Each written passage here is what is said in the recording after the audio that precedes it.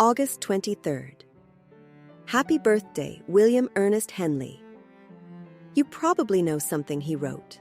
In 1875, a 26-year-old Englishman wrote words that would become some of the most famous in English poetry.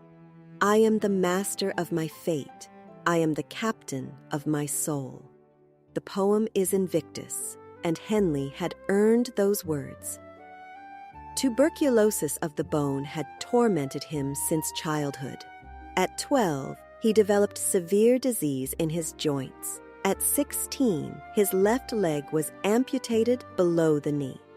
Years later, when the disease threatened his remaining foot, doctors recommended another amputation. Henley refused. He traveled to Edinburgh, where the pioneering surgeon Joseph Lister managed to save his leg. Henley spent many months in the hospital, and he wrote about nurses and doctors, sickness and recovery, people frightened, suffering, dying. He looked around. And that's important, because the William Ernest Henley we'd like you to meet today isn't simply the man who refused to surrender. He was a man determined not to hide from life. Henley's poems return again and again to a simple fact.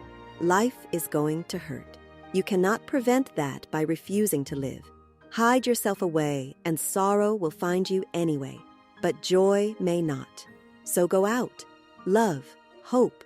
Notice people. Watch the sunset. Take the whole thing. The flare and the fade. Henley knew something else, too. Eventually, you die. But listen to how this famously defiant man writes about death.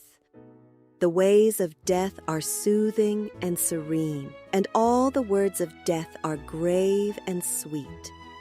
Death beckons.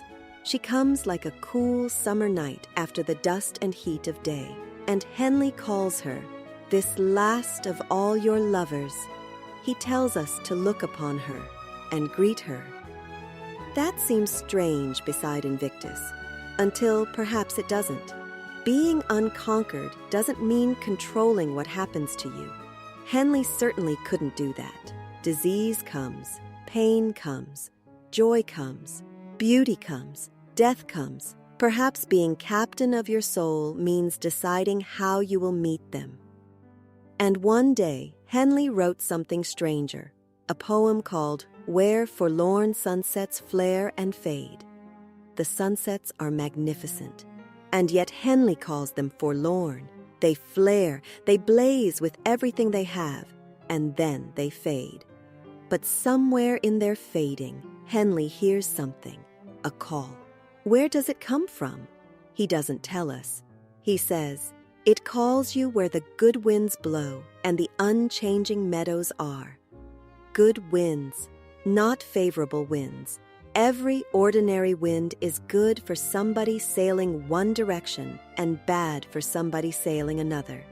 But these winds are simply good. And the meadows are unchanging. In our world, almost nothing is. And stranger still, this mysterious voice doesn't merely call Henley away from sorrow. It calls from hopes agleam, too. From the things that haven't disappointed us. From the dreams we're still chasing. What kind of voice calls us beyond even those? Henley doesn't answer. Neither will we.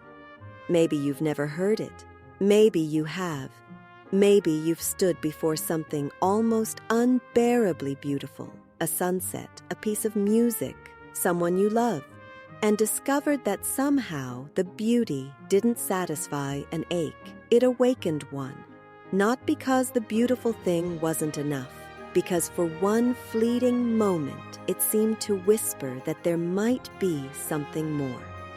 Henley listened. Perhaps that is what connects the young man in the hospital to the captain of the soul, the kindly woman called death, and those forlorn sunsets. Don't hide. When suffering comes, meet it. When joy comes, receive it. When another human being appears before you, look. When the sunset flares, watch. When it fades, don't turn away. And if, somewhere beyond it, you hear something calling, Listen. William Ernest Henley died in 1903. His sunset flared, his sunset faded, but the words are still here, and somewhere the good winds are still blowing.